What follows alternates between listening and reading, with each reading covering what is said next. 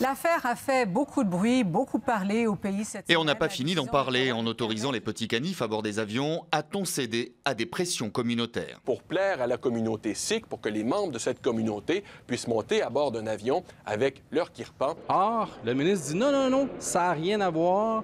C'est parce qu'ailleurs dans le monde, ils le font, donc on le fait. Et le ministre s'en défend. La sécurité aérienne, on ne fait pas de la petite politique avec ça et c'est quelque chose qui est beaucoup trop important pour les Canadiens.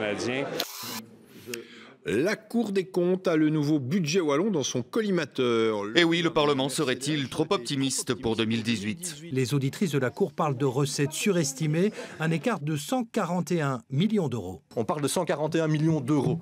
141 millions d'euros. C'est pas rien, 141 millions d'euros. Hein. Et à chacun sa propre calculatrice. Qui, lorsqu'il reçoit 500 euros, dit qu'il les dépense à un point tel qu'il ne va aller jusqu'aux 500 euros, même pas faire en sorte qu'il y ait 10 euros qui ne soient pas dépensés. Pour savoir qui avait vu juste, il faudra attendre 2019. J'ai reçu un SMS vers 3 h du matin qui m'informait que mon vol pour Genève était annulé. C'était la mauvaise surprise du jour. Tous les avions de la Darwin Airlines cloués au sol. La licence de vol de Darwin a été suspendue par l'Office fédéral de l'aviation civile, soucieux de la solidité financière de la compagnie. Plus de vols entre Lugano et Genève, c'est toute une région qui est pénalisée. C'est une très mauvaise nouvelle. Il y a des milliers de personnes qui utilisent ce vol.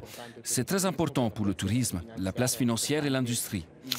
Drôle de carte postale de Russie trouvée dans un appareil photo déniché sur un marché aux puces de Moscou. La photographe découvre 18 photos d'un petit garçon. Elle se lance alors le défi de le retrouver grâce aux réseaux sociaux. Toutes ces photos-là, elles sont autour de cet enfant et elles ne sont pas à moi, ces photos, donc il faut que je le retrouve pour lui donner. Et bingo, ça marche. Il s'appelle Dimitri et a aujourd'hui 33 ans. J'ai regardé la photo et je me suis dit, c'est dingue comme il me ressemble. Et rendez-vous est pris dans un mois à Moscou.